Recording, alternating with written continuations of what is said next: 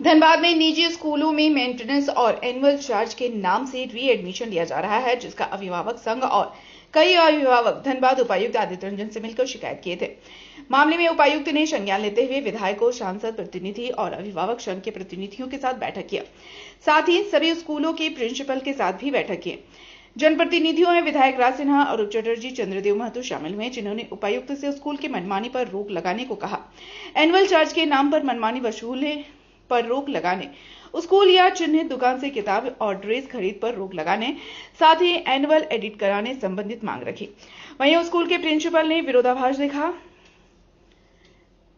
Principal ने विद्यालय development के लिए एनुअल चार्ज को जरूरी बताया। वहीं बैठक के बाद मीडिया से बात करते हुए उपायुक्त ने कहा कि जनप्रतिनिधियों और विद्यालय के प्रिंसिपल के साथ अलग अलग बैठक की गई। दिशा निर्देश दिया गया कि कोई विद्यालय एनुअल चार्ज में 10% से अधिक नहीं ले सकते हैं। कोई विद्यालय किताब, ड्रेस या अन्य सामग्री नहीं बेच सकते। इसकी शिकायत मिलने पर कार्रवाई होगी। साथ ही साल में 2 बार ऑडिट होगी, जिसमें उनके खर्च को मिलाया जाएगा। नए रूप से कमेटी का भी गठन होगा, जो सारी चीजों पर नजर रखेगी। फिलहाल अभिभावकों को राहत की उम्मीद नहीं है। बैठक हुई जिसमें स्थानीय जनप्रतिनिधि, माननीय विधायकगण भी उपस्थित रहे और जो उसमें मेंबर्स हैं वो भी उपस्थित रहे। बट चूँकि जो समिति है उसका ही स्वरूप जो है पूर्ण रूप से गठित नहीं था, कुछ लोग एब्सेंट भी थे, तो उसका फ्रेश गठन किया गया आज सभी की सहमति से।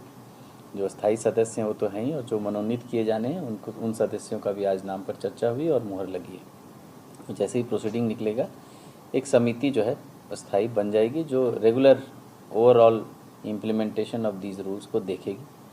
फर्स्ट बैठक उसी पे था, उसमें मूल रूप से सभी चर्चाएं हुई।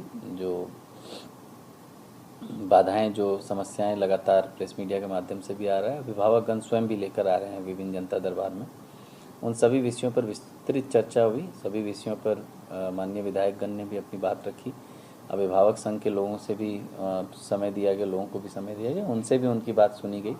सभी उस समिति में 2 विद्यालय के प्रिंसिपल मेंबर थे, राजकमल और डीपीएस, उनकी भी बात सुनी गई। सबको सुनने के बाद हम लोग कुछ 10 से 12 प्रिंसिपल्स पर सहमति हम लोग जताए थे।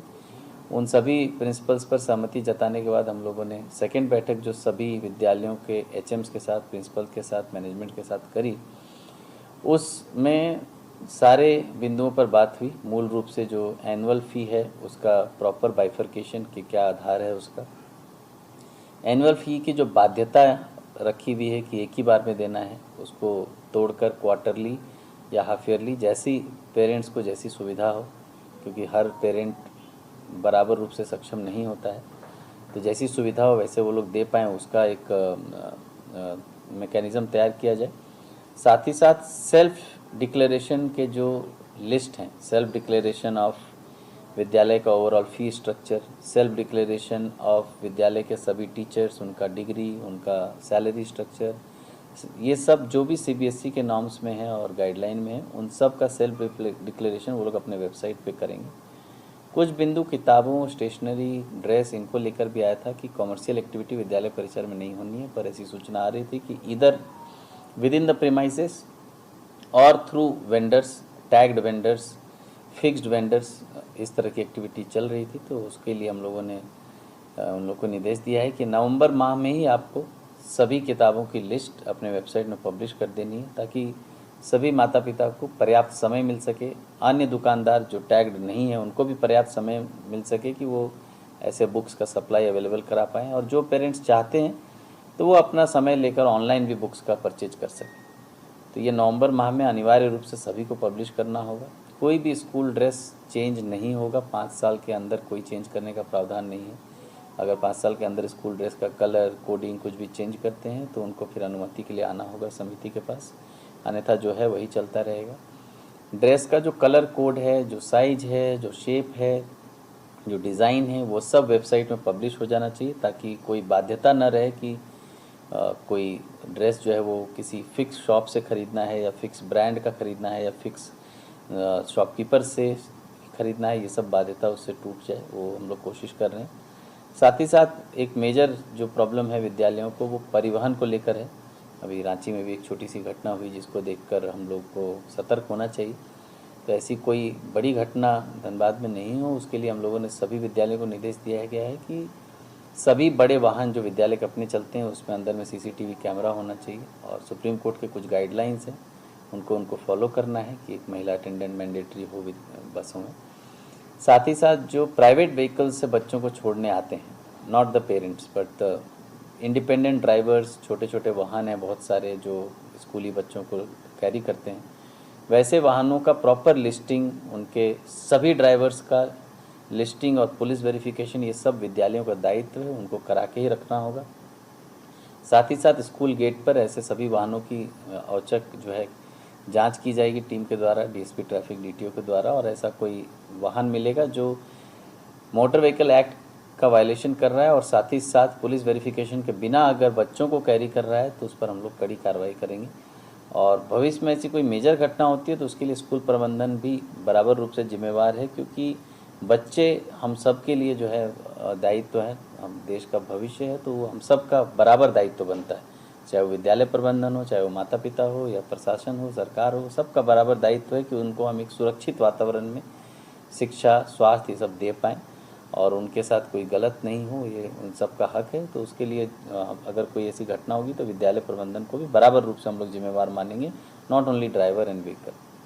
बट हाँ, जो मैं बार बार कह रहा हूँ, अगर कोई अनरीजनेबल डिमांड है, अनरीजनेबल तरीके से डिमांड है, दबाव दिया जा रहा है, आप जिला प्रशासन को उसकी सूचना जरूर दें। संबंधित विद्यालय प्रबंधन पर, विद्यालय के मान्यता पर हम लोग कड़ी कार्रवाई करें। देखिए, मेनली दो बहुत ज़बरदस्त शिकायत लोगों का रहता है। एक तो एनुअल चार्ज के नाम पर, जैसे इन्होंने रीएडमिशन फ़ी हटा करके लोगों का कहना है कि एनुअल चार्ज लेते हैं, और दूसरा एक ही दुकान से किताब, कॉपी, ड्रेस खरीदने का प्रेशर रहता है।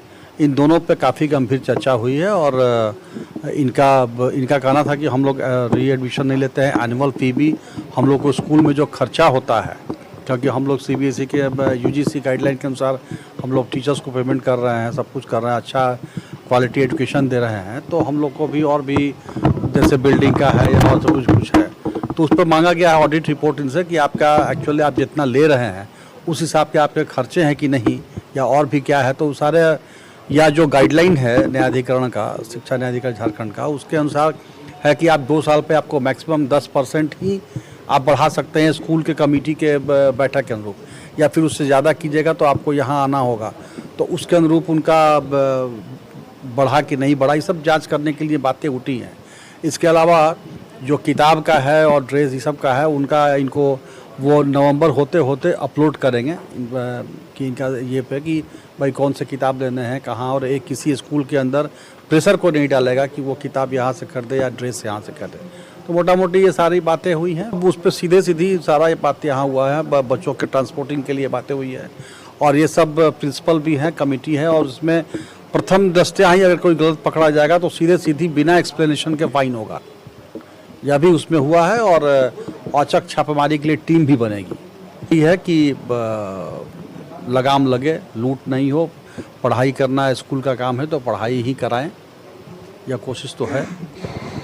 ये झारखंड शिक्षा न्यायाधिकरण के धनबाद जिला इकाई की ये बैठक हुई। बैठक में जो मुद्दे या जो शिकायत अभिभावकों का रहता है कि हर साल रीएडमिशन के नाम पर अभी एनुअल फी लिया जा रहा है, और उसमें जो निर्देश है न्यायाधिकरण का उसका कहीं कहीं पालन नहीं हो रहा है। उसके अलावा बुक्स या अन्य जो सामग्री है उसको स्कूल में बेचने का या एक निश्चित दुकानदार के पास भेजने का, इन सारे मुद्दों पर बातचीत हुआ। इसके अलावा परिवहन पर भी चर्चा हुआ है, वो सीए इन सब का जांच करेंगे। इसके अलावा बुक्स और इस सब के संबंध में हुआ कि सिर्फ एनसीईआरटी का बुक्स चलेगा, दूसरे बुक्स के लिए बाध्य नहीं किया जाएगा। यदि सपोर्टिंग में कोई गार्जियन या बच्चे अपने से लेना चाहते हैं तो ले सकते हैं, लेकिन विद्यालय परिसर में बुक्स का किसी भी हालत में नहीं बेचा जाएगा। और अन्य सामग्री भी, चाहे बैग हो, बेल्ट हो या दूसरे और जो हैं, किसी भी तरह का सामान स्कूल परिसर में बेचा नहीं जाएगा। यदि बेचा जाता है तो इमीडिएट उसको पर फाइन किया जाता है। लोगों ने भी कहा कि हर साल ऐसे ही होता है, जब अभिभावक कुछ ये करते हैं तो फिर कमेटी बैठती है। इस पर यह तय हुआ कि नवंबर तक सारे इन्फॉर्मेशन, एनुअल फी, अगला सेशन का क्या होगा वो अपलोड होना चाहिए, बुक्स का लिस्ट अपलोड होना चाहिए विथ पब्लिकेशन। ताकि अभिभावक को पता चले कि अगले सत्र में ये बुक चलेगा। किसी भी दुकान से वो पता कर लें, दुकान में नहीं मिलता है ऑनलाइन ट्राई करें, जहां उनको सस्ता मिले वहां से खरीदे। ये नवंबर में सारा इन्फॉर्मेशन उनका स्कूल का अपलोड होना चाहिए और जनवरी से फरवरी के बीच में ये कमेटी उसके अनुसार सारा जो अपलोड होगा उसके ले करके कमेटी बैठेगी और उस पर फिर बात होगा। नहीं, जो प्राइवेट स्कूलों की मीटिंग आज यहाँ पर उपायुक्त कार्यालय में हुई, जिसमें माननीय विधायक राज सिन्हा जी, माननीय विधायक चंद्रदेव महतो जी सभी लोग उपस्थित थे। तो उसमें ये तय हुई जो 5 साल का ऑडिट रिपोर्ट हम लोग सभी स्कूलों से मांगा गया। जो डेवलपमेंट फीस है उसके अनुसार कहाँ खर्चा हो रही है, वो तमाम चीज़ें देखने के लिए मांगा गया। तीसरी है जो सीसीटीवी बसों में भी लगाने के लिए आदेश दिया गया और जितनी भी प्राइवेट गाड़ी भी चल रही है उन सभी गाड़ियों का डिटेल्स जो है वो मांगा गया है। इन तमाम चीज़ों को किया गया और फीस जो है वो सरकारी नियम अनुसार बढ़े, इसी का इंस्ट्रक्शन दिया गया। उसी के लिए ऑडिट रिपोर्ट मांगे और इनकम टैक्स की भी शायद मांग रहा है, जो भाई कहाँ खर्चा हो रही है या इससे प्रॉफिट कमा के ट्रस्ट है भेजी, ये भी देखना है। अभी तो फिलहाल हम लोग उसका ऑडिट रिपोर्ट स्टडी करेंगे और उसके बाद ही हम लोग कुछ बोल सकेंगे। मीटिंग बहुत अच्छा से हुआ और जो बात स्पष्टीकरण चाहिए था सारा हमने दिया है और एनुअल चार्जेस का उन्होंने बोला है कि बाइफरकेट करके सारा चीज़ बताइए क्या क्या हेड्स पर लेते हैं। जो एनुअल चार्जेस है उसको बाइफरकेट करके बताइए किस हेड्स पर आप लेते हैं और उसको क्लियरली बताइए आप क्या चीज़ के लिए लेते हैं। स्कूल तो नो प्रॉफिट नो लॉस है, इस पर ही बात हुआ। ये करना है किताब कॉपी ड्रेस हम लोग कोई नहीं, जो स्कूल करता है उस पर 50,000 फाइन लगेगा इनिशियली और टाइम दिया गया है कि आप ये सब मैंडेटरी डिस्क्लोजर्स जो है वो आप वेबसाइट पर डालिए। बिल्कुल कार्रवाई होगा, जो स्कूल कर रहे हैं उन पर कार्रवाई होगा, यही दिशा निर्देश मिला।